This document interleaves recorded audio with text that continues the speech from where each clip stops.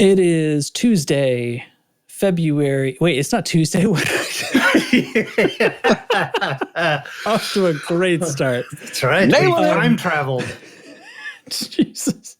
Okay. It's it's whatever. It's February 18th. I think it's a Thursday or something, probably, because we're recording a podcast. I'm Commander JN Trex, and this is Loose Screws.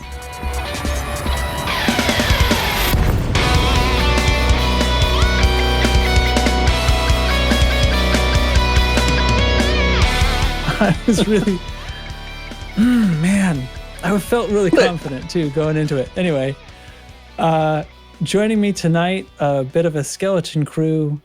We have Commander Devoluter. Hello. 07 Commanders.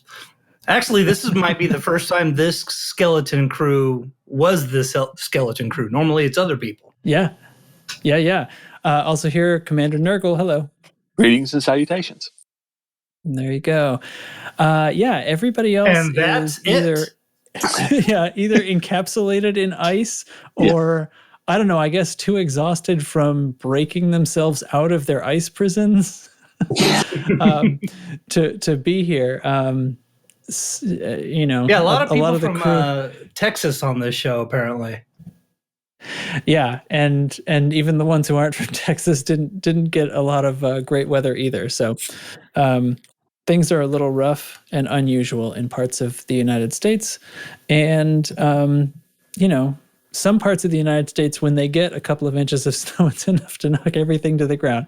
No, I don't mean to minimize what's going on in Texas, because obviously it's like serious business. And anytime you have power outages that last more than an hour or two, frankly, I always think that there are serious medical concerns with stuff like that. Not only that, but once every kid's Switch runs out of batteries, that's hell on earth. Oh, then the emotional problems set in. Oh, terrible, terrible stuff. Well, nevertheless, the galaxy still turns. Oh man, I think I have to start another podcast. Okay, never mind that. So, this week, we have, everything's pretty much, ticking along as it was. And I have some notes and we'll go through it. So, whatever. I mean, distant screws. Everybody's still exploring. We know Devo's been back for ages. How are things on the home front, Devoluter? I've actually, for the past, honesty for honesty's sake, I suffered a little burnout when I returned from the expedition, and so I've split my time between Elite Dangerous and a game that I was hoping to reserve for the PS5, but it looks like I'm not going to get one of those until maybe this coming Christmas. So I've been playing it's called Ghost of Tsushima, and I 100%ed it last night. Oh, you mentioned that. Yeah.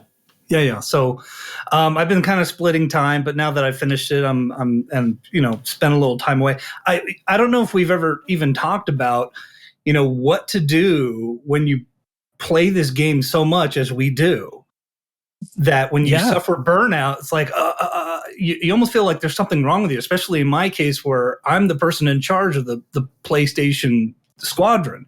And I almost feel like I'm letting them down if I don't check in every day, which at the very least I'll do. I'll check in, see if there's any applications into the squadron. I'll run a mission or two, and then I'll go, that's it. I need to extend my break, But that's what's been going on for a couple. That's totally fine, though. Yeah. Other than that, it's for healthy. For the past week, actually, I've been participating in the federal, because I role play a little bit as a Federalist. I mean, I don't dress up, but you get what I mean. Well, I mean, you dress though, right? Do you? I do put on pants sometimes. Yeah. And so I've been doing that CG. It's officially over. I'll get to that with the Galnet. But things are cool. Cool.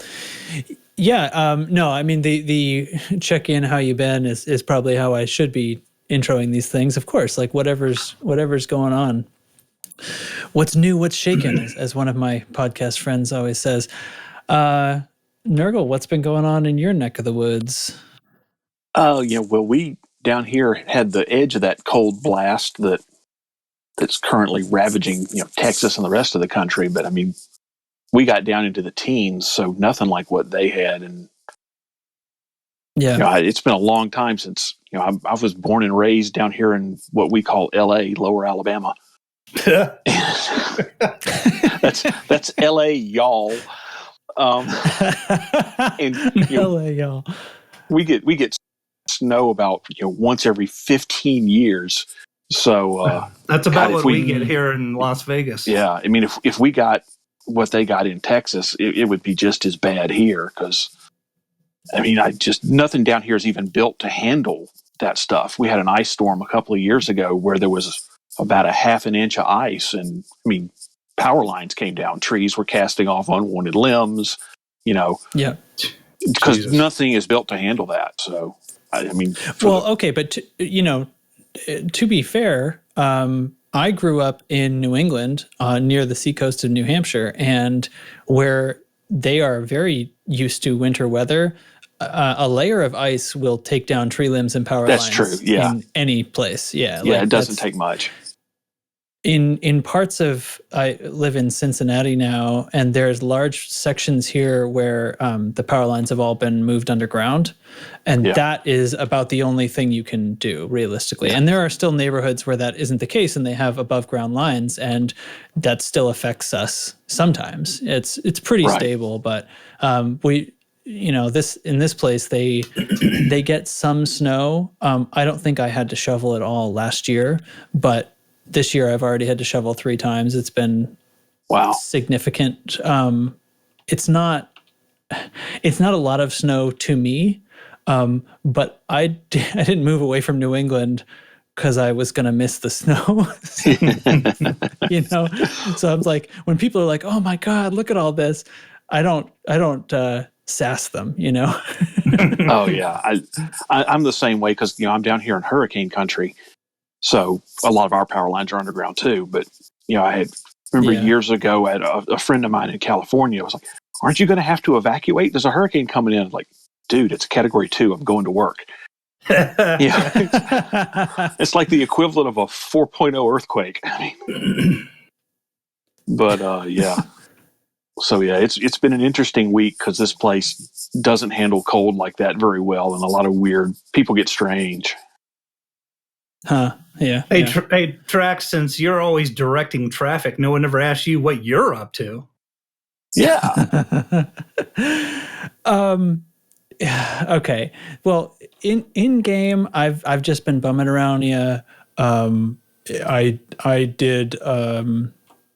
I played the other night and just kind of did random missions and stuff like that around Colonia. It's sort of like living, like, what would I do if I actually lived out here, although I do only have my one ship, my combat capable exploration Cobra, but it was pretty fun. I also got to play some Half-Life Alyx. Started what I hope to continue as a stream series alternating off of Elite, where I'm going to try to do a whole playthrough of Half-Life Alyx on stream on Twitch, which should be fun. It seemed to be fun for the people who hung out on that night. Can I ask, so you're out at Colonia, that means you and Lark Shadow had your fight to the death? No, we didn't, but it's so earlier tonight, I was doing my other podcast. I record the Tone Control also on Thursdays, but every other week. So anyway, so we're sort of in the middle of it over there, and I see a ping in the Loose Screws Discord from Lark saying, "Hey man, I'm here, let's do this." It's live on the podcast, oh my God, somebody's challenging me to a duel in space right now. That's a great sentence to be able to say out loud. Isn't it? It is. It was extremely dramatic on a show that has nothing to do with this game. But whatever, I talk about it anyway. So no, that was funny. We need to schedule it. He just forgot that Thursday was podcasting day. But I'm hoping we can do that maybe either Monday or Tuesday. I'm not sure which. Because I think I saw him in Discord explaining that he was knocking out some of the engineers. So I guess he'll be there for a minute. Oh, sure. Well, and this coming Friday, so we're recording this on Thursday, not tomorrow, but the next Friday is the meetup event at Evelyn's Light for the expedition, for the Distance Cruise expedition. So we weren't going to do our fight on that. That would be wildly inappropriate, right, to do that, but on some sort of adjacent either before or after. So maybe we can get something going. I thought other people, there seems to be plenty of interest for other people having maybe a series of PvP things. Yeah. And we'll just be the tip of the iceberg, I guess. This thing that we've planned for so long now. Not on Distance Cruise 1 was where I bought a Fertilance, and I bought it when I was in Colonia specifically just to do knock out all the engineers, and I think I did it all within a week. I can't recommend that stuff to all of the newer players enough if you don't have those engineers out in Colonia. I mean, one specifically is very important for your what is it? Is it shield cell banks or shield boosters? Cell banks grade 4. It's the only way you can get to that. And then I think actually life support grade 5 you can't get anywhere outside of Colonia, I think. Correct. Those are the two that you have to get here. Right. You can only do up to grade 3 on cell banks back in the bubble. Yeah, so if you're still like a newer player and you're like, I'm going to wait on engineering, yeah, that's fine. Knock some of them out, but eventually you're going to have to take that lonely trip all the way out to Colonia and take care of some of those engineers out there. Just make sure you pin your blueprints. Yeah. And I should say, if you are planning on doing the engineers, or even if you're not actually planning on doing the engineers, but you're just kind of, engineer adjacent while you're in Colonia, we loaded Chig's carrier with osmium, and you need 10 of them to unlock Marcia Hicks. So it's only a mining available commodity. So if you're out here and you meet all the other requirements, get with Chig so he can turn it on his carrier, pick up your 10 units of osmium, and just go knock that out. I mean, that'll be a real easy one. Yeah, that's a cool service. Yeah, that's pretty cool. I forgot what I was going to say. Pinning engineers. One thing that has happened sometimes is, and I'm not sure if this is still kind of a running bug, but people would find that they go somewhere, they pin an engineer, and then later, maybe it's the next time they play, maybe it's the next station they dock at, they realize that the pin didn't take for some reason. So, like I said, I don't know if this is a bug that has since been fixed, because there have been several patches and updates since this used to be a common thing that we talked about, but I still always mention, whenever I pin a blueprint at any engineer, no matter what, I will just menu log right then. And I've done this 24 times since I started having this policy. One of those times I logged back in and the pin didn't exist. And I was able to save it. I pinned it again, menu logged, now it works. Okay, you're good. But matters, it's annoying in the bubble.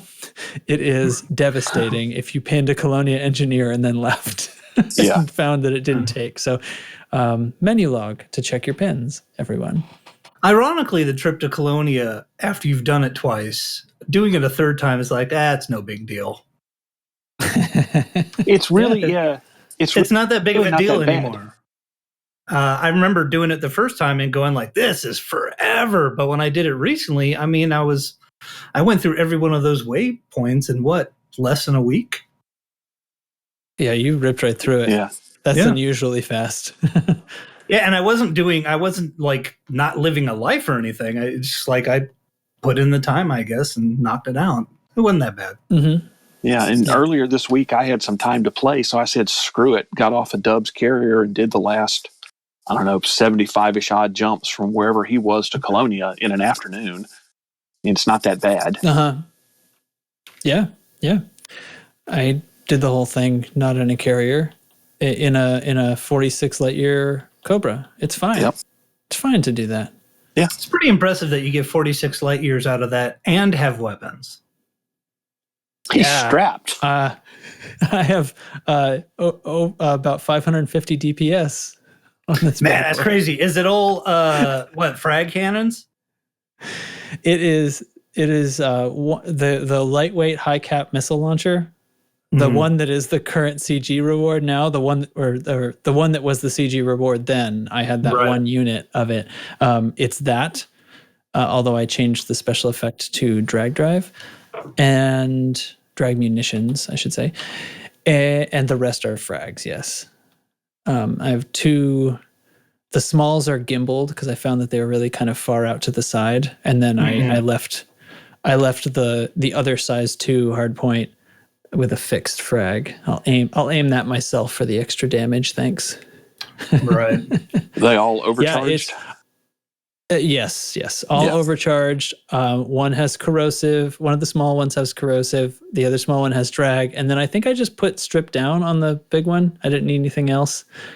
It saves, 1/10 of a ton or something. Not a lot. 2/10 of a ton. But whatever. I didn't care. Yeah, and it's a pretty effective little number. I've only got like 163 megajoules of shields on it, and it's all kitted out for exploration other than that. And I have had it in res sites now for quite a bit. It is not the sort of thing that you can take on kind of multiple targets in at the same time, at least not for very long. I did the other day, I said I was missioning around. One of them was like a pirate massacre mission, and I was like, well, we'll be able to do this in a res site, but the faction that I wanted just wasn't turning up, so I followed the signal source beacon they gave me, and Chig was out and winged up with me and brought his Corvette to the fight. We were supposed to kill 10 of these people. We dropped in on this signal source that had like 8 pirate ships in it, in the middle of nowhere, and of course they all start lighting me up because I'm carrying a rare cargo. I'm carrying a Shan's Orchid. So Chig's there, like essentially backing me up with literally a battle Corvette, and I still lost the shield. I didn't run like Super Cruise, but I had to leave the fight. Luckily, the Cobra also boosts at about 630 meters per second. Yeah, that helps. So that's necessary, because with 2 or 3 of those ships firing on me, the shield was going to go very, very quickly. And I'm assuming you obviously don't have any hull reinforcements. Obviously. Oh no! I heavy dutied the lightweight hull because that's free. Right. But that's it. And I have heat sink, and then the other heat sink and a shield booster. So I don't have chaff or anything on here. So really it really is like, it's an exploration ship, but it has guns. Like really what's going to happen in this fight between you and Lark Shadow is that whoever hits first wins. Basically. Possibly. I haven't looked at his loadout in a little while. I think he brought some missiles as well. I think he brought some lasers. I'm not sure. He's bringing, so his exploration ship was, he didn't actually do the whole trip in this, but it's a Viper 4. He ended up switching to an Adder because somebody wanted a multi-crew seat, one of his friends. But he brought the other ship out here because that's what we talked about. So this is basically the same kind of idea as what I built. He built it on his favorite ship, a Viper 4, and made his favorite exploration worthy. Oh yeah. Have you never met him? No. He never shuts up about the Viper 4. I'd love to hear his favorite ship. Yeah, I was going to say, I'd love to hear everyone explain, my favorite ship is this, and then explain why. Because I want to hear someone go, I love the Viper 4, and then try to justify it, because I can't think of a single reason. You don't think that's a good ship? I think it's a great ship. Do you? It's wildly versatile. Oh, yeah. All right, sell me on it. Sell me a Viper 4. I will stop what I'm doing and run out and buy it. I think it's really versatile for a small ship and pretty battle hardened. I actually think the only thing wrong with it is it's got that one military locked slot. That's actually the only reason that I picked the Cobra 3 over the Viper 4 for this trip, because the Cobra becomes a better explorer because you essentially can't use that military slot in a, well, I mean, you can't use it for exploration equipment. Right. But it has higher armor and higher shields than my Cobra. It's not as fast, but it still turns pretty well. Aren't the Vipers normally for the faster? Aren't they normally? Well, the Viper 3 is pretty fast. The Viper 3 is faster at cruise, but the boost speed is lower. The Cobra is quite fast. The Viper 3, I think, is faster, just normal thrusters, but the boost speed, the Cobra ends up edging it out with essentially the same build. I think that this is kind of from memory. The hard points are the same. I don't know. I think they're quite good. It's the Viper 3 and the Viper 4. I don't know. I can find fun things to do with almost any ship, actually, now that I think about it. I have a Viper 4 that's kitted out for a combat with like a kind of light biweave. It's like a hybrid hull tank kind of thing where the biweave's actually pretty thin, but the hull is pretty beefy, so the thing just goes down and comes back and goes down and comes back over and over again. And I loaded you're just running jousting runs? Well, kind of. So I loaded all the guns on it with the advanced missile racks. So these are the dumbfire missiles that you can synth AX ammo for, or simply buy regular ammo. The trick, though, is they actually have a higher ammo capacity than the equivalent dumbfire missile rack. So if you are going to get dumbfire missiles anyway, just get the advanced version and, use that instead. Same gun, bigger clip. Yeah. Bigger clip, yeah. So that's what's on it, and with I think half of them are overload and stuff. So I've had a little bit of fun PvPing. It's a fun little thing to do, dumbfire missiles. As a matter of fact, I recently went through and every now and then I realize I have too many ships. I don't fly this. Why do I have it? And then I get rid of it, and I feel like I've done that a couple of times. Where I'll strip it and sell it because I just don't use it. So I think I did that again, I don't know, a few months ago. So I'm down to like the core, 14. Huh. I can't. I think of a reason that I would. What would I build a Viper? Because I almost bought a Viper 3 recently. I was like, I should have this, and I just couldn't pull the trigger on it. But they're so. I mean, what's the consequence? They're cheap. Yeah. I mean, besides the engineering, I guess. I don't know. Oh, you just said it. The consequence is I got to get back in my crate Phantom and go hunting those high grade emissions. Oh. Yeah. That's what I'm doing right now. I had to find some mindless activity. I don't sell ships anymore. No. I used to, and I have, but it was back when I didn't have credits. Mm-hmm. So I remember I bought a crate. I bought a crate Mark II, and that was like my main ship. That was my first, like, oh man, I bought like a medium multi-purpose ship. I'm really in it now, aren't I? Aren't I the business? Right. And then at some point I talked myself into a Phantom instead, and I sold the Mark II. I basically converted it into a Phantom because I was like, well, the better speed, the better jump range, this is what I'm after. I can get away with one fewer hardpoint. Well, one fewer hardpoint makes a big friggin' difference. Yeah. When it comes right down to it. And ultimately at that was the thing, like trying to multi-purpose ships. Sure. You sell one and you convert it into another or whatever. I think that's sort of like two polar opposite ways, play styles for this, right? Like you're either sort of role playing a character where it's like, well, now I've got to do this, so I convert the ship. Or it's kind of like now we're the commander who has like tons of credits. Like I have a fleet carrier. Like credits are not really an issue until you start buying, reactive armor for cutters. Yeah.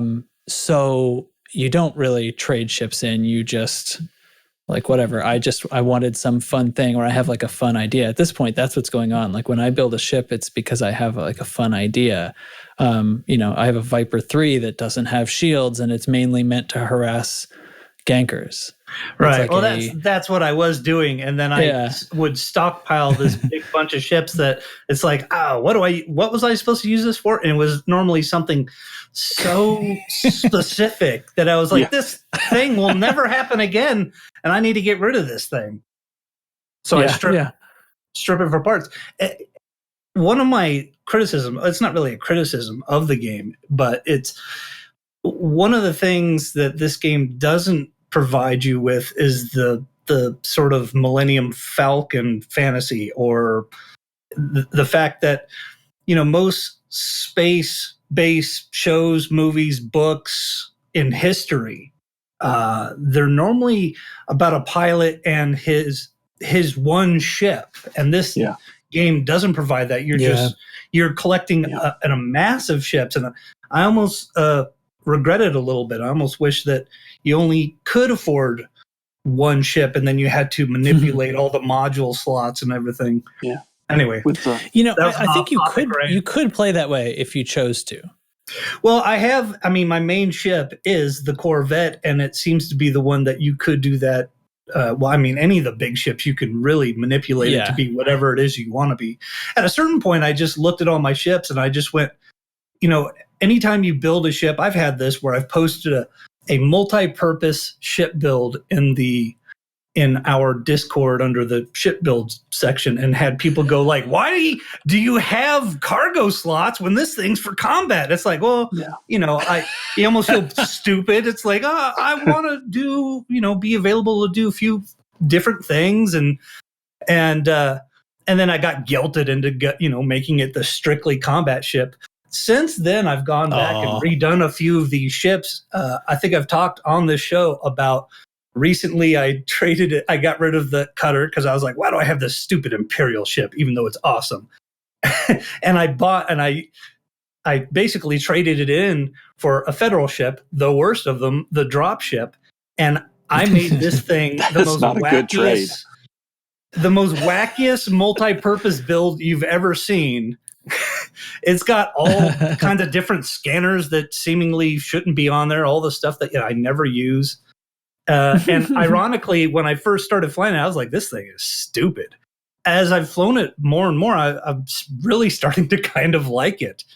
Part of it is because I put only lasers on it, but it is capable of picking up some cargo. It's capable of scanning someone's manifest and all these things that I don't normally use. It's kind of fun.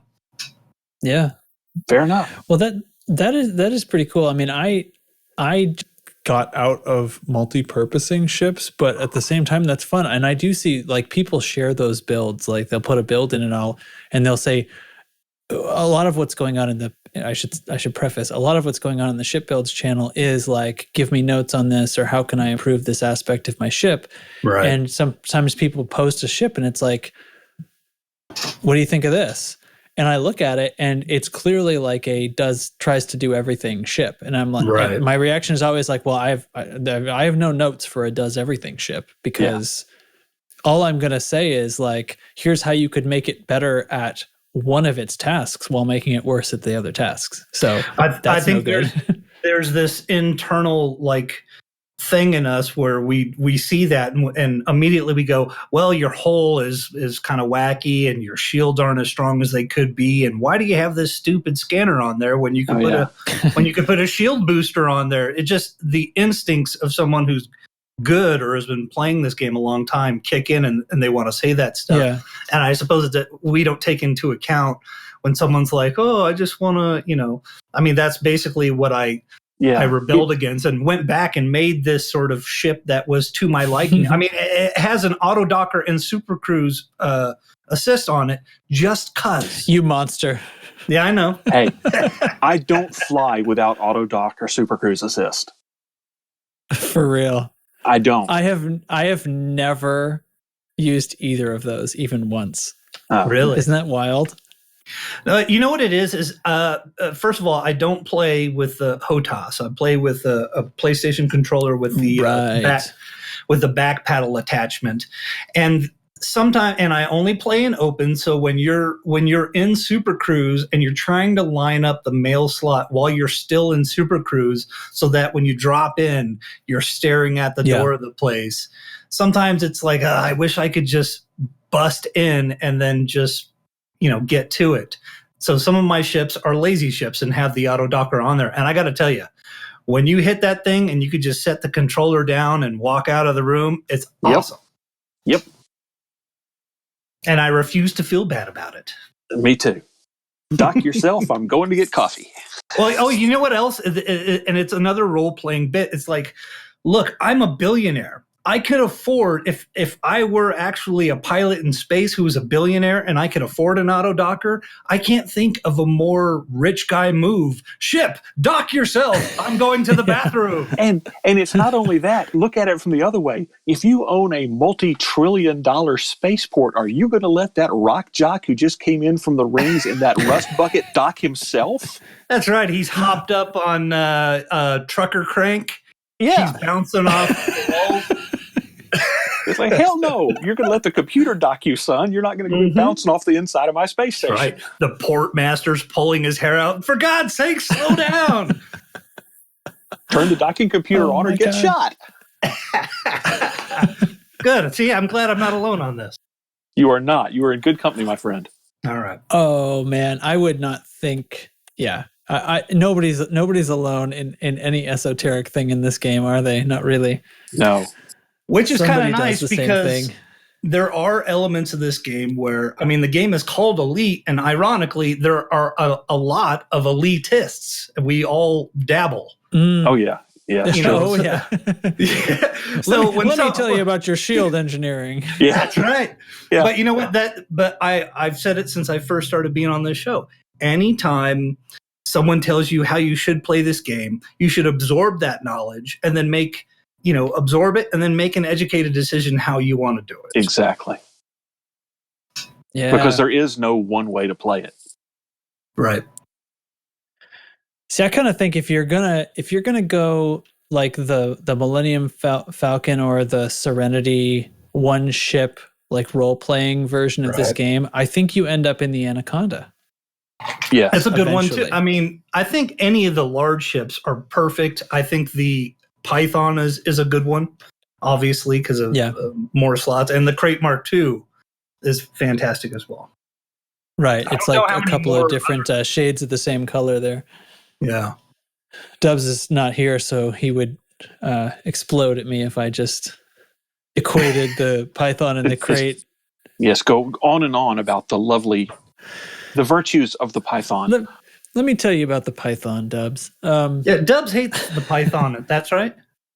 Yep. Yes. I always thought it was the coolest. Well, a lot of people do. It's one of the classic elite ships, right?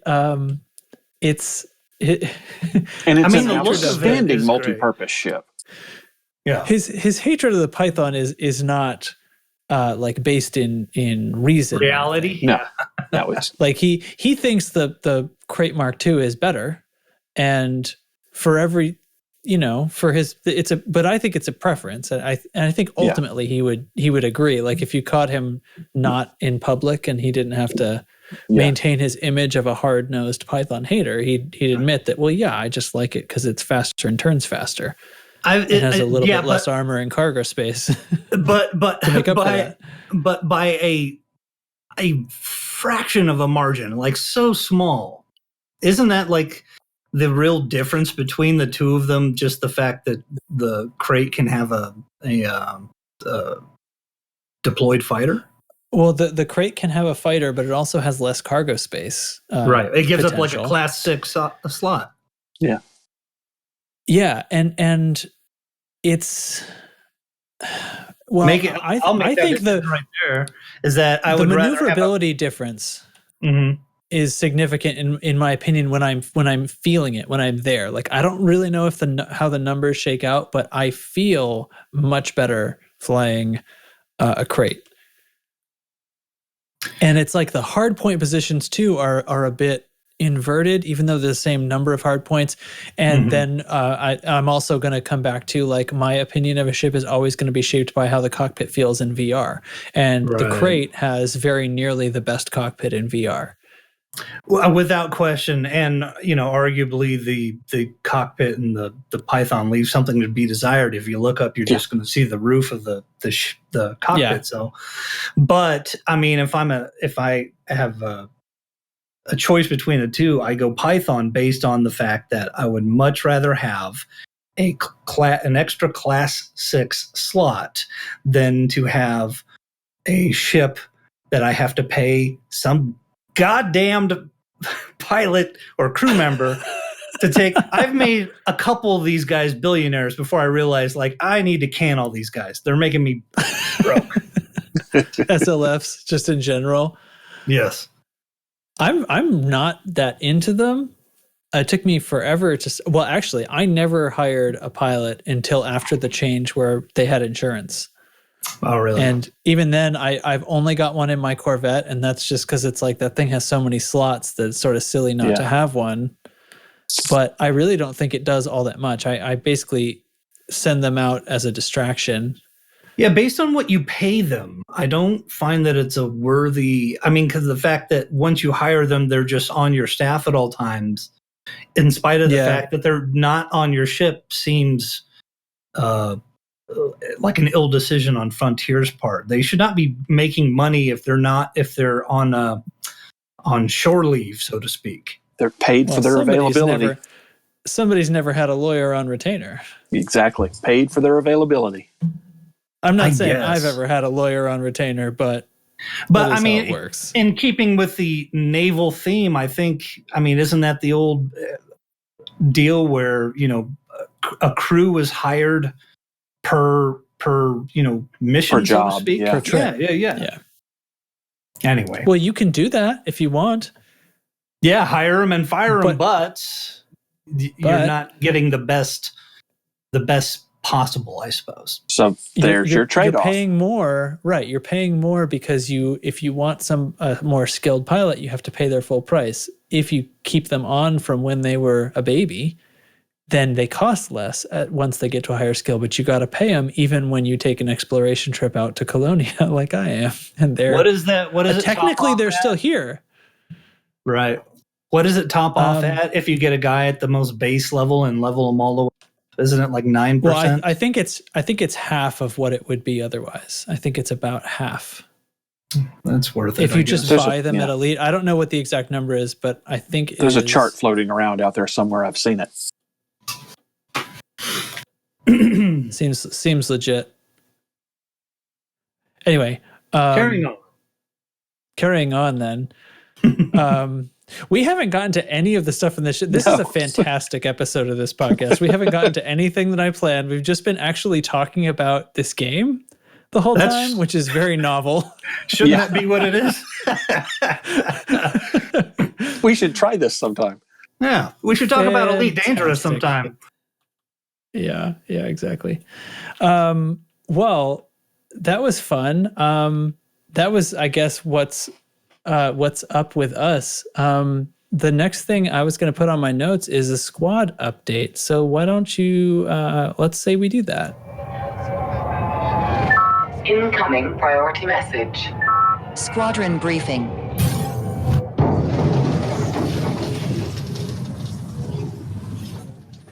Wow, it's almost like we have a professional sound engineer managing that. Unbelievable. I know you're making fun of me, but I'm going to take it as a compliment. It is. We are kind of off BGS panic mode for the first time since I think we left on the expedition. We've got everything under control, no risk of runaway expansions.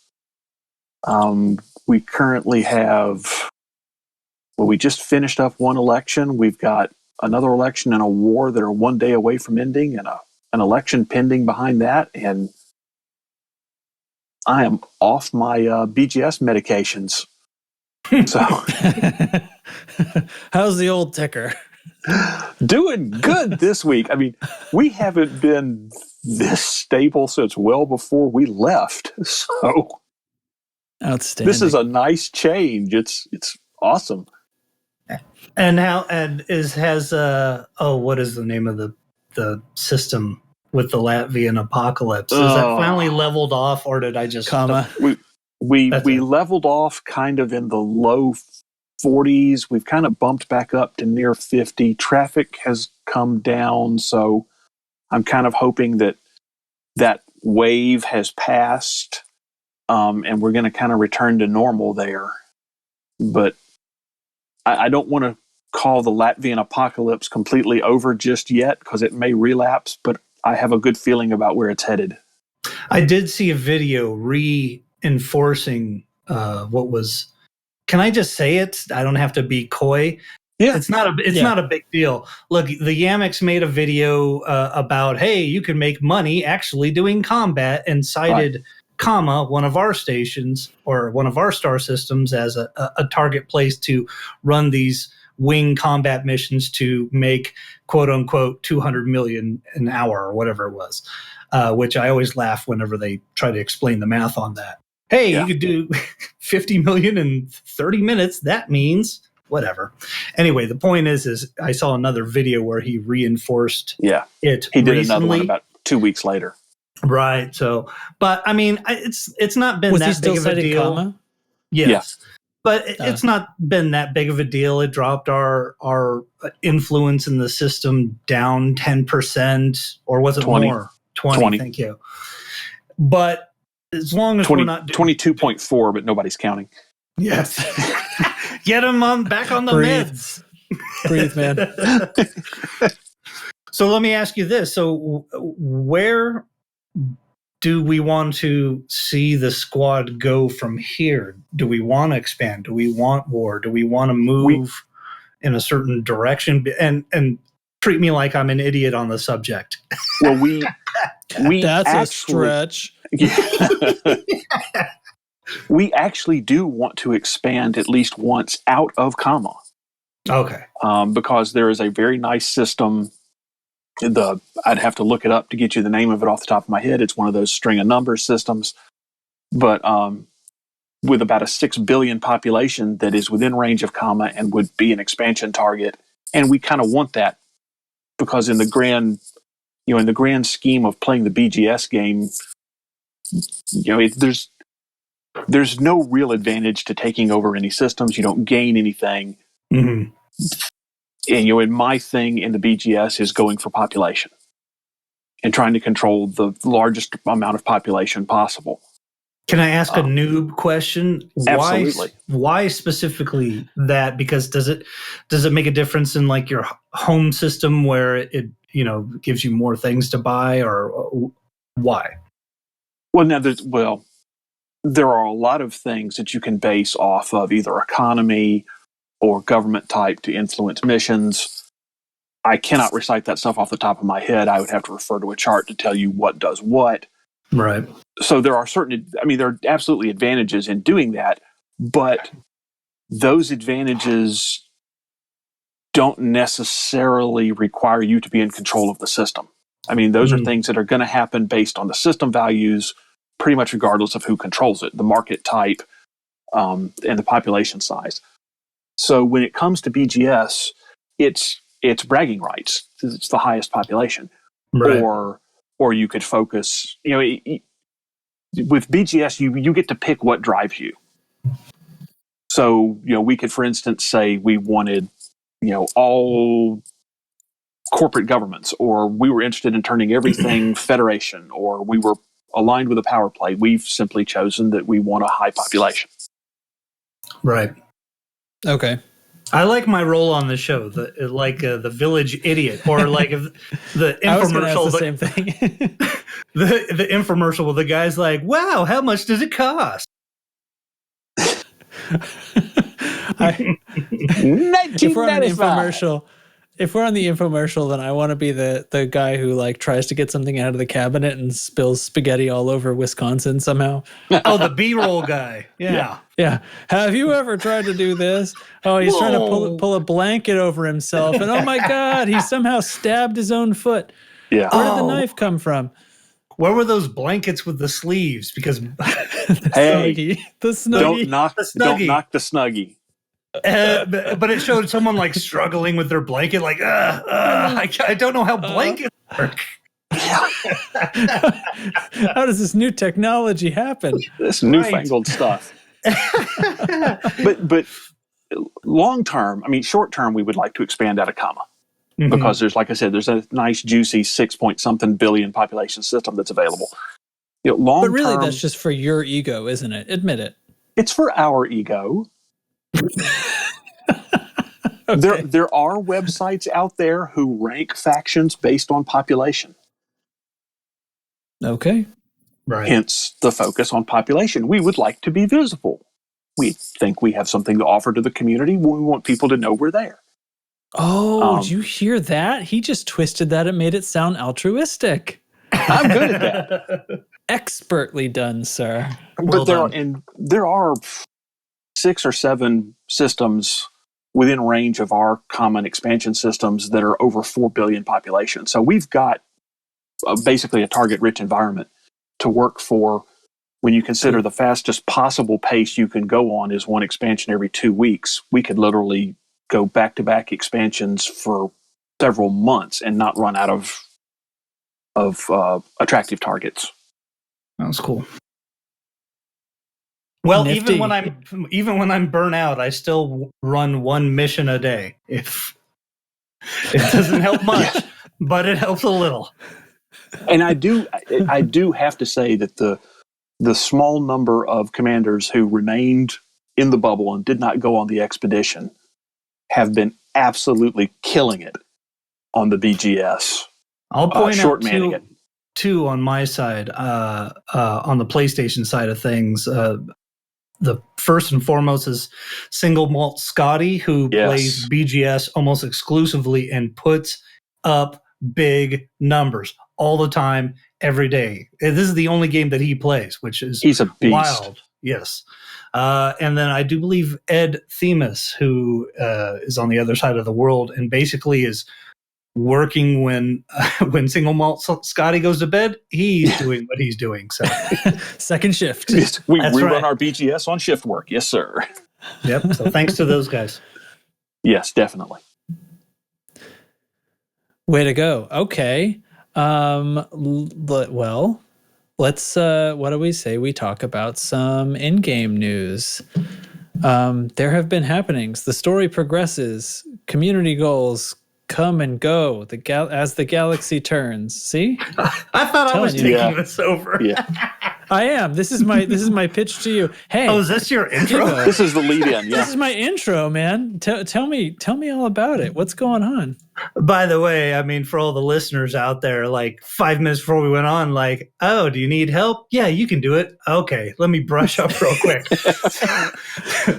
Well, you That's said how we you had roll. read it, which technically gives you an advantage over me. Yeah, because you had not read it. So yeah, basically the way where I would check in, and I always check the news every day because I do want to know what's going on. And part of me is also waiting for something interesting to happen every day with this game. Something in news, setting something up. So first and foremost, for people who don't know, the Enhanced Missile Rack Initiative has come to an end. And this might have been mentioned on last week's show, but if you're interested in it, you can now go to a human tech broker and get your enhanced missile racks, I guess. I don't know that it's worth it. Isn't it some sort of increased cost?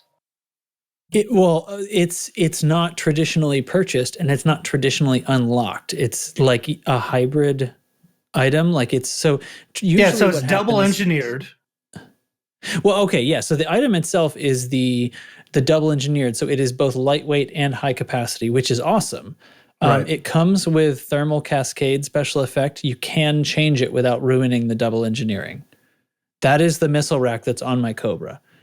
So you can change it to drag, which is, in my opinion, a much more useful special effect. But instead of buying it normally, it is unlocked through a tech broker. But instead of like the rest of the tech broker stuff, you unlock it by providing a series of materials or commodities one time, and that unlocks it for purchase. Instead, you buy it with those commodities and materials. Right. Each time, each unit of that module that you get requires an allotment of those materials. Right. But anyway, moving on. And I'm just going to hit the headline of what's been going on this week. And this next one, Federation damaged by corruption and conspiracy. If you're like me and you role play as a Federalist, this is probably stinky news because we had our hands on Lakon Spaceways and now we don't. Got taken away. Yes. Which segues right into the next headline. Correct. The Alliance bails out Lakon Spaceways. It looks like, obviously, the Alliance is going to be, well, I mean, they've approved purchasing a majority of the shares of Lakon Spaceways. Right. So the Alliance is going to have their own specific ship group, I guess. Which they kind of had before. I mean, that really, like, Lakon was that, but it wasn't owned by them. And before they had the controlling share, Core Dynamics had bought the controlling share. So yeah, it was like they were a privatized company, and I fail to understand how to explain this. Did they have like military contracts, or now they have military contracts? I don't really see too big of a difference in it, other than that they're specifically now associated with each other. Yeah. I don't know either. I mean, does the reading make it seem like they now have guaranteed contracts? Because the issue was that they just weren't making enough money, right? So I guess... Yeah. I think what you're going to see, and full disclosure here for people who've listened to my previous predictions on where they're going with this storyline and the end game stuff, all predictions guaranteed wrong or your money back. I think what you're going to see is, as they head towards Odyssey, they're setting up a situation where you have the Federation and Core Dynamics, you have the Empire and Gudamaya, and you have the Alliance and Lakon, and they're all going to be, essentially the same thing. It's going to be a primary military contractor building spaceships for those governments. You're going to see the Alliance probably tighten up some on its systems and try to form their own navy, I think, because that's going to set up that little triangle of possible conflict for Odyssey. Right. And it's about time, because the Alliance is very left out of a lot of stuff with regards to that. The interesting question that comes out of that is, so if the Alliance starts building military ships, so there's a possibility there that A, you see Alliance capital ships somewhere, and then B, maybe there's going to be an Alliance rank grind and an Alliance big ship. I mean, that would be nice, but what would the capital ship look like? A giant chieftain?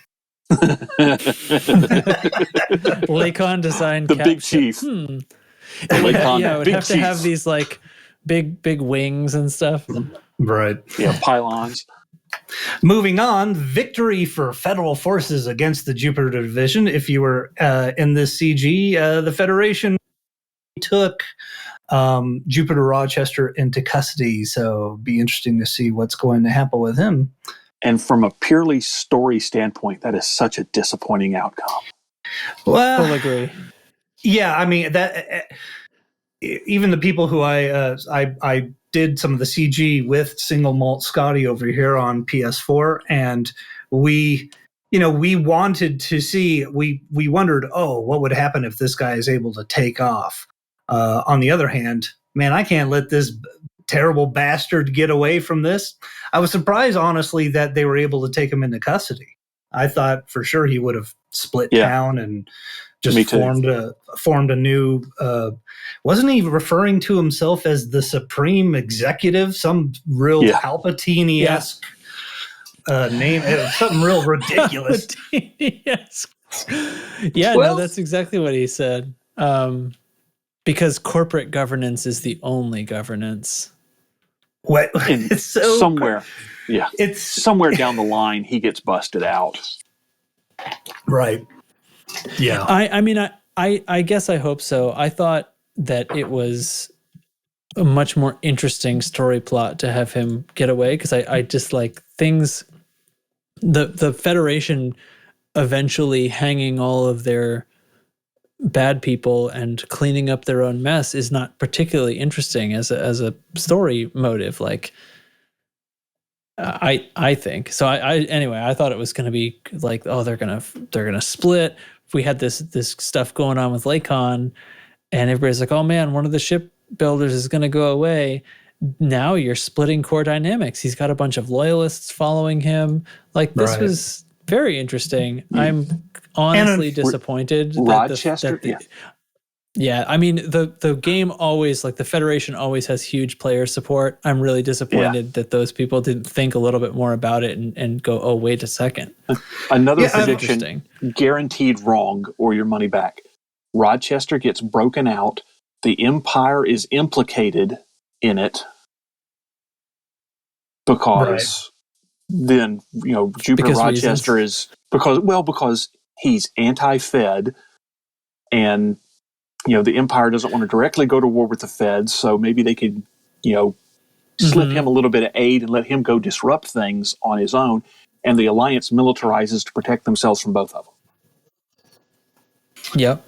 Fun note, I don't know what PC has of this in equivalency, but I received the PS4 trophy for taking part in a certain number of successful community goals. So thanks. It took forever because of the year off, but The PC has nothing. I think Steam has achievements. I don't know if it has achievements for this game, honestly. I actually only play this game on the Steam version when we're on the podcast. right. Really? Interestingly. Yeah, because it runs natively on Oculus. And so I'm always in VR. But anyway, hardly matters, I guess. And the last final story is we have a new CG, and if you liked the last one where you're able to get the enhanced missile rack, then you're going to really love this one because of the Galactic Summit, a bunch of pretentious uppity buttholes are getting together, and they need all the tea buds and eating apples and beer and snails and all kinds of wacky shit. Anyway, I'm so glad I had you read this. if you participate in this CG, which requires you to collect rare commodities from aerial or right now my fleet carrier is parked in Ethgrees. Basically, I'm just buying T-buds and going back and forth collecting them, and then I'm going to run over and drop them off at it's called Ashby City in I can't pronounce this. Luyten. What's the name of that star system? How would you pronounce that? Lloydens? Lloydens! Yeah. Ashby City in Lloyden Star.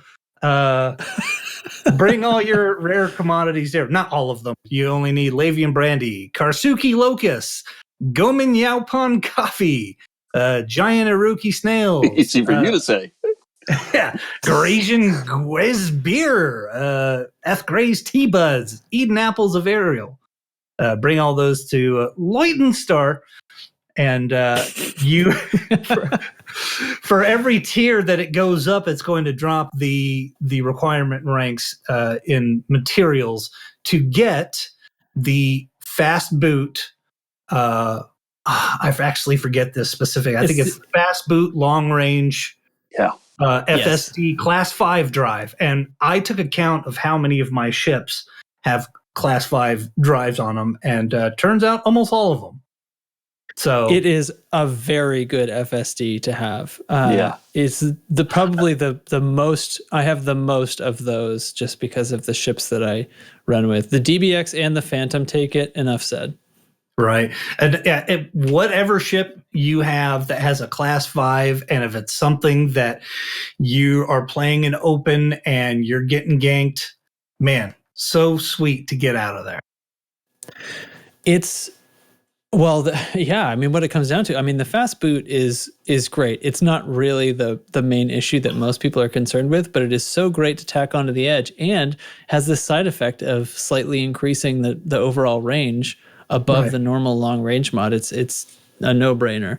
That one, that's way exciting that module is coming back, and I'm going to get to convert them all over. Plus, it comes fully engineered.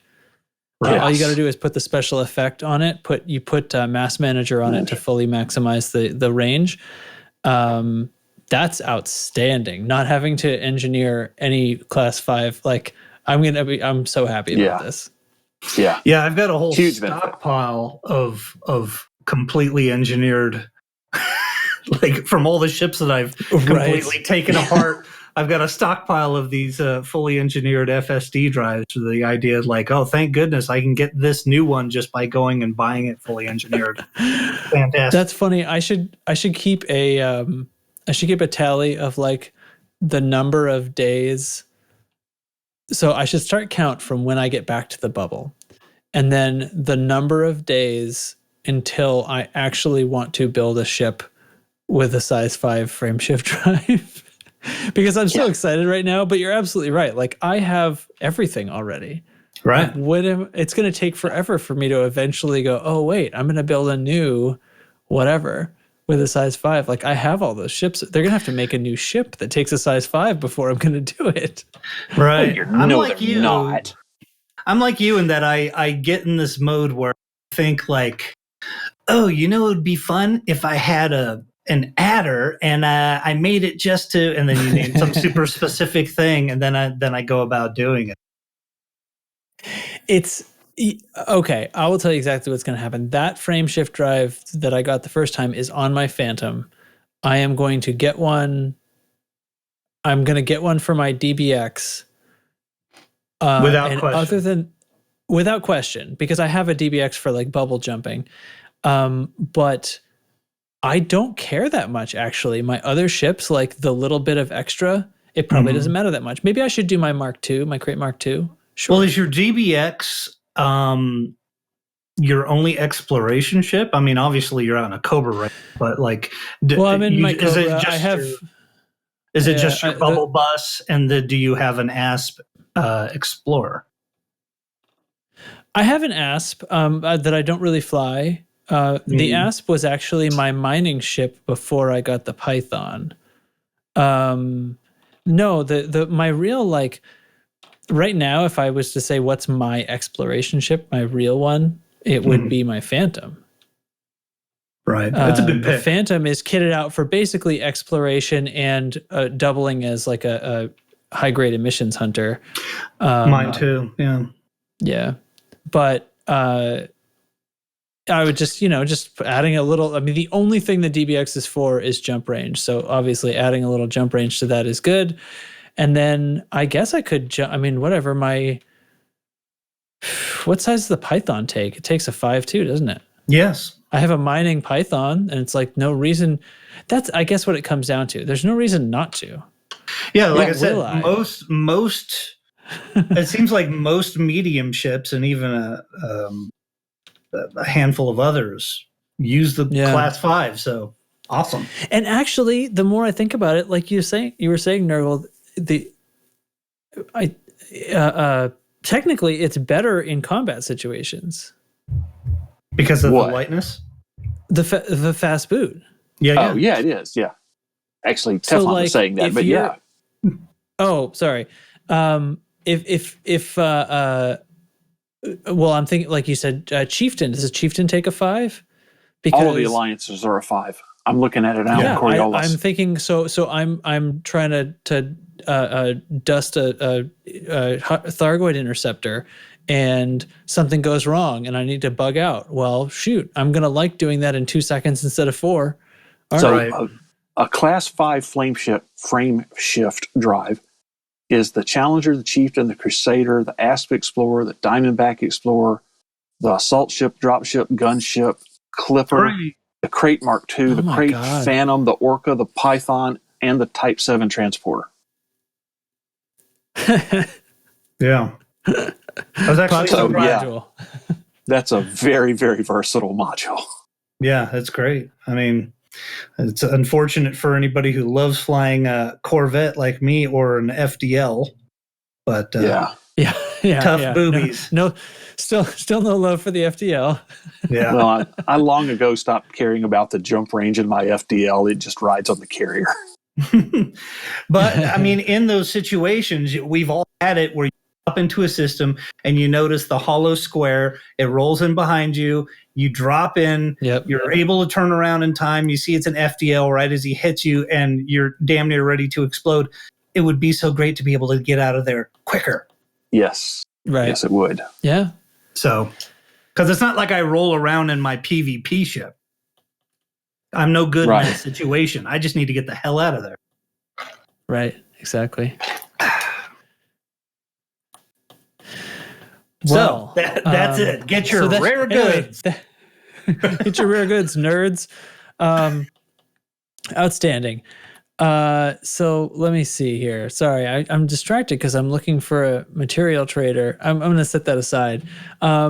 So the another fun thing happened today. FDev did a stream that was a special one, a Discovery Scanner stream, where they had Dr. K. Ross come on as a guest and talk about everything she did and everything she's currently working on for Odyssey, which was a lot about the planet rendering tech and a bit about the new lighting engine, both of which are global for the whole game.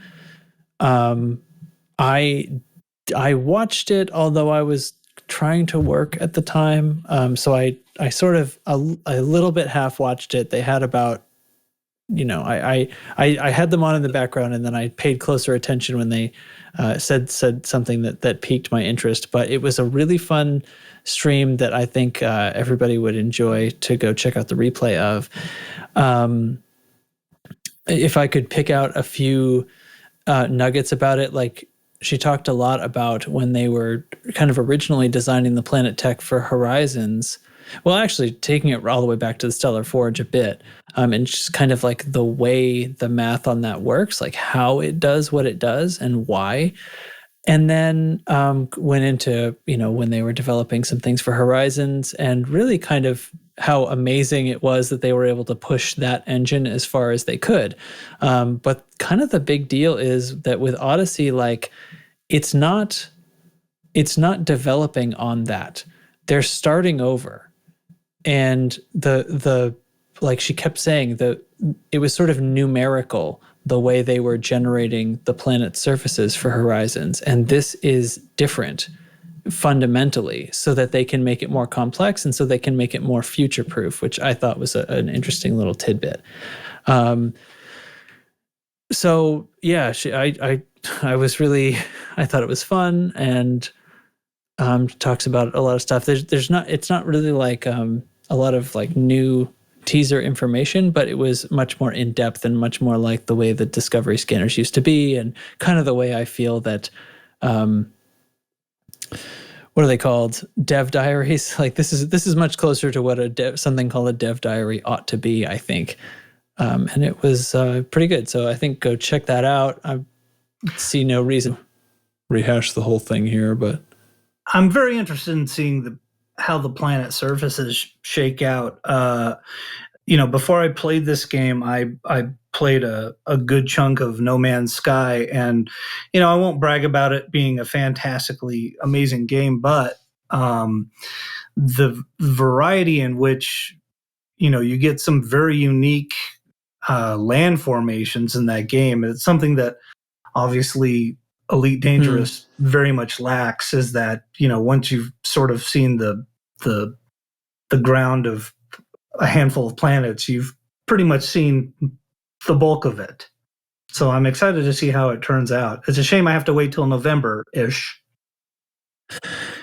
Well, right, yeah, and I mean the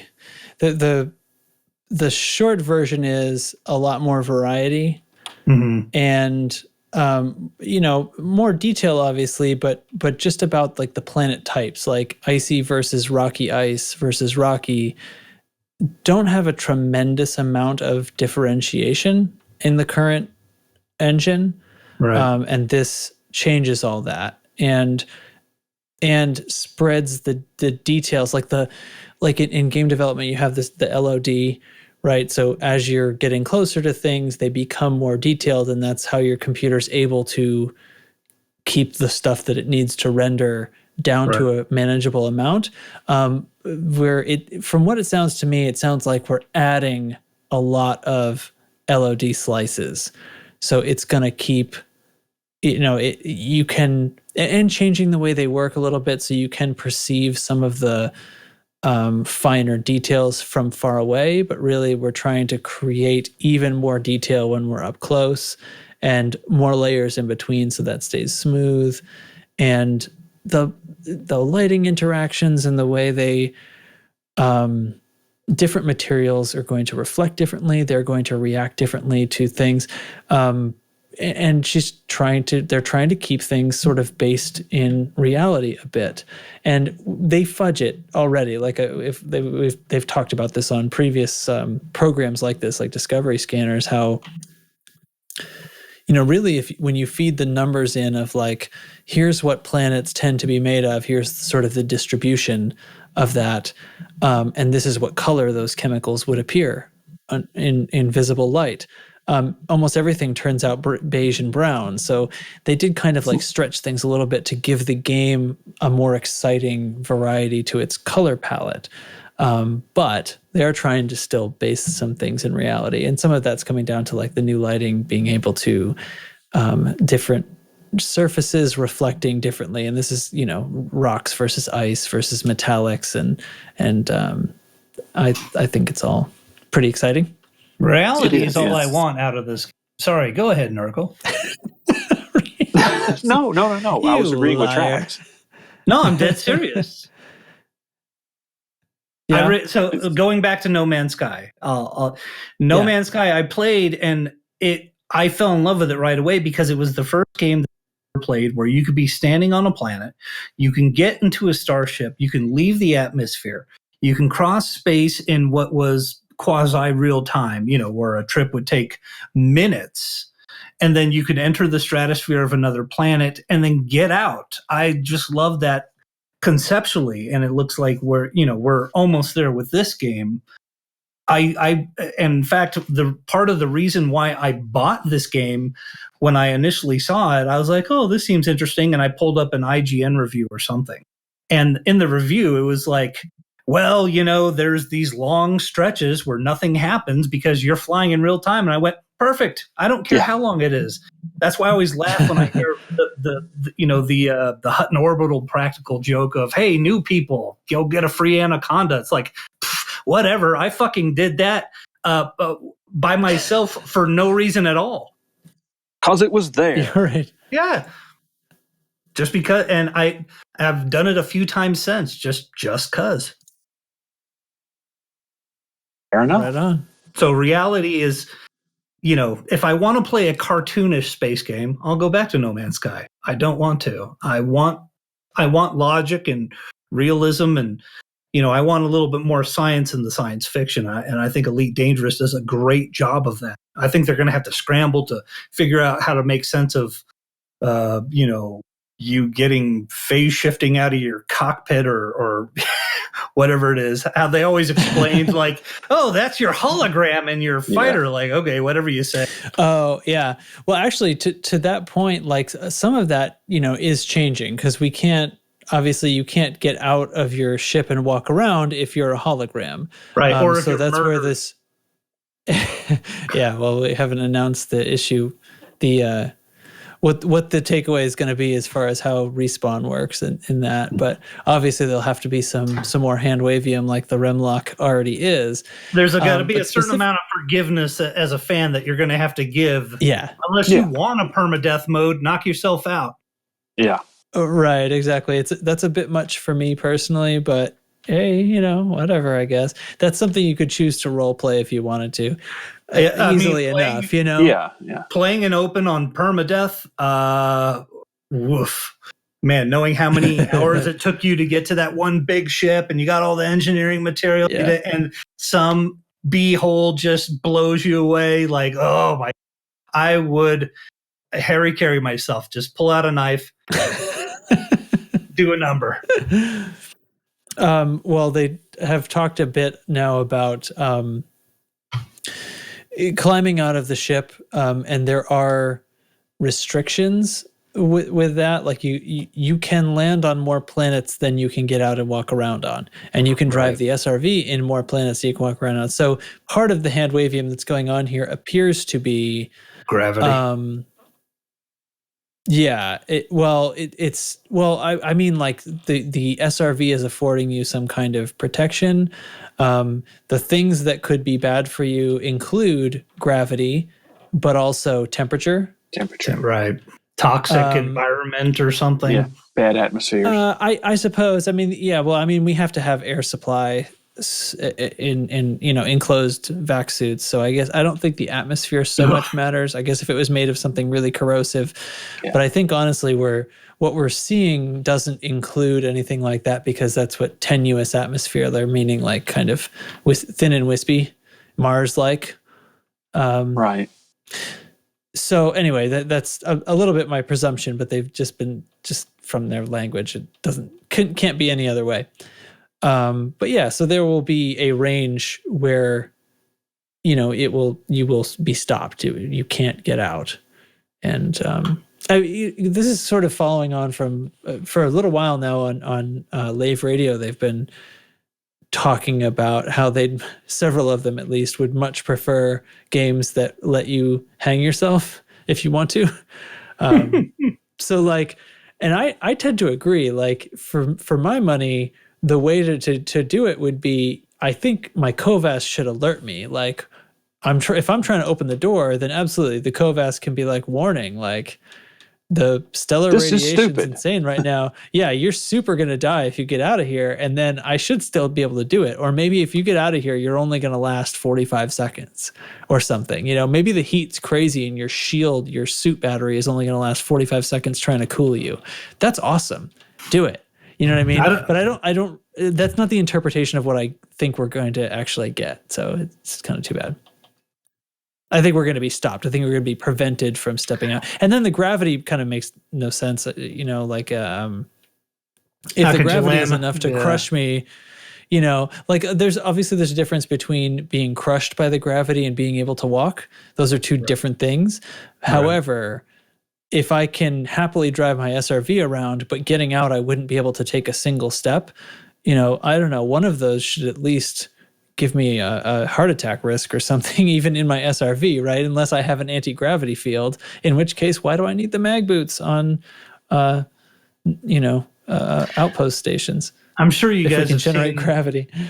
I'm sure you guys have seen The Expanse, and you've seen in the first season where the belter, the guy who grew up in the asteroid belt, is being tortured by just being hung and having to suffer through the Earth's gravity, and it's 1G. 1G, and he can't take it. It's absolutely unbearable. Yeah. I'm wondering what the equivalent is for an Earth person. What is the G equivalent above that for us to go, oh, my fucking shins, oh. It wouldn't be much. Well, it wouldn't be because that's the thing. Like right now, like fighter pilots are enduring like, what's the max? Like, haven't they got up to like 4 or something? I mean, they pass out at like 4. No, it's more than that. It's more than that, but it's very temporary, isn't it? Yes, it's very short, very short. Right. Sustained. And if you do it for a lot, yeah. Yeah, I want to say they get up to like 7, but they pass out around 6. And they have special suits, and they have special techniques that they learn for trying to force the blood back up to their heads and stuff. They're trained. God damn, those videos are fun to watch, because to watch the skin come off of a person's face, hysterical. Okay. Well, just That's okay. I was going to say, yeah, any dark. like fighter pilot audio, like radio chatter when they're actually in combat, is like mostly grunting because they're trying to execute turns and stuff, and they have to scream and grunt as part of the technique of keeping the blood in their brain. Right. But I think the real issue, the real health risk, like sure, you have these very short sustained bursts after which you pass out, or if you exceed, you pass out. However, the real issue is existing in that when you're not defecation. Used to it. Well, I think the gravity would only help with that, sir. That's right. No, I'm saying, when you're like, when you're you mean involuntary defecation? That's right. You're doing one of those big sweeping moves where you pull back on your joystick there, and you're also firing your thrusters down, and you're grunting. That's when you shit yourself. Someone crapped in my suit again. Defecation. All right, you just named the episode, sir. I think.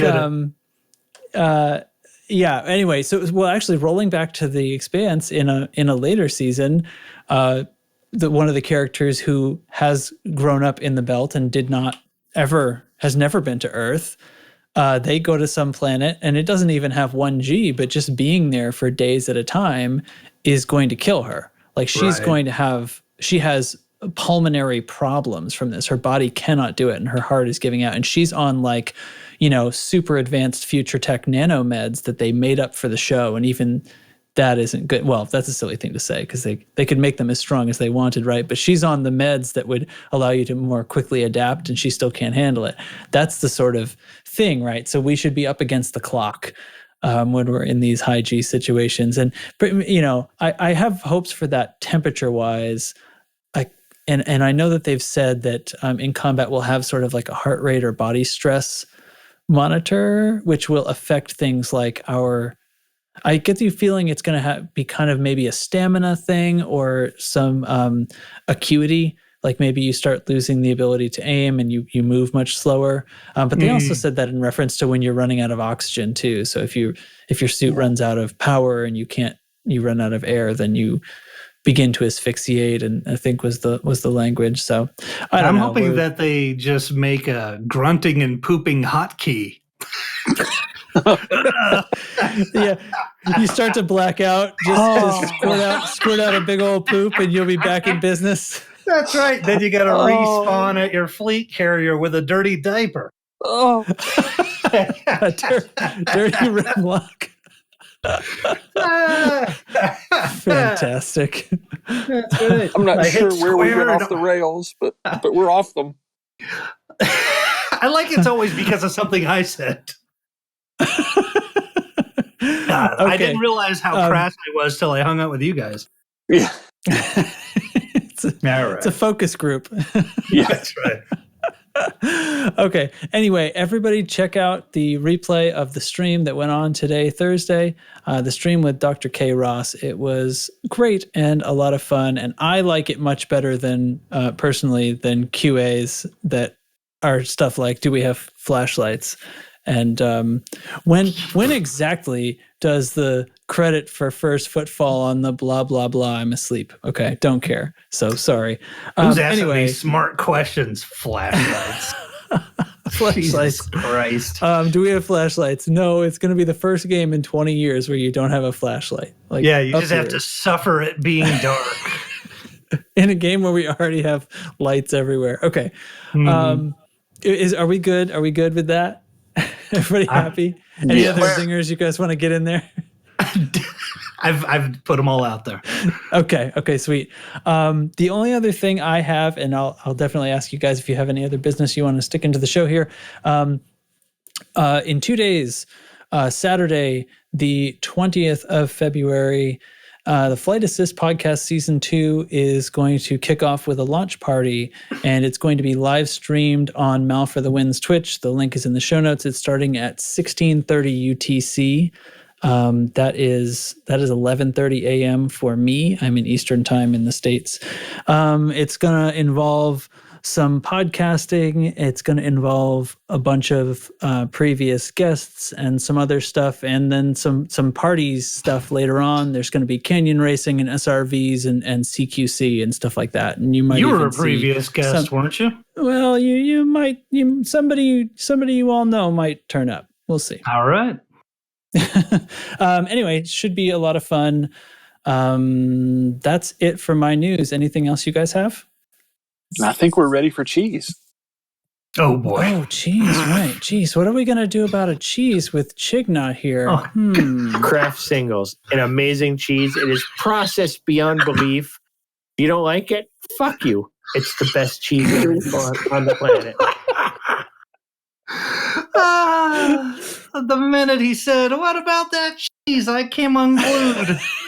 I was trying to hold it together. I just like the idea of a person who's had a couple too many just going like, "Hey, you know what? Fucking American cheese, am I right? What are you, a Nazi? The best. Get out of my face." And then he throws a punch at you. God damn it, that was funny. I hope Chig isn't too mad at me for playing that. But anyway. That was classic Chig. That was great. That was one of his most sobering moments from last week. he it's like when you're driving and you see the cops and you go, oh. But I don't know why you use that as an example. I don't drive drunk. But anyway, keep it together. Yeah, that's when you sober up. When you see the fuzz, you go, ah. Anyway, when he hears about cheese, that's when he dries up like, right. Swiss. This is serious. We're talking about cheese now. Yeah. Whoa. Okay. Well, this turned out to be a great episode, I thought. I hope you all had fun. Thank you so much for hanging out with me. Thank you. Thank you. We'll see everybody next week. Until then, fly loose and stay screwy. Or whatever. Way to give up at the end. Okay.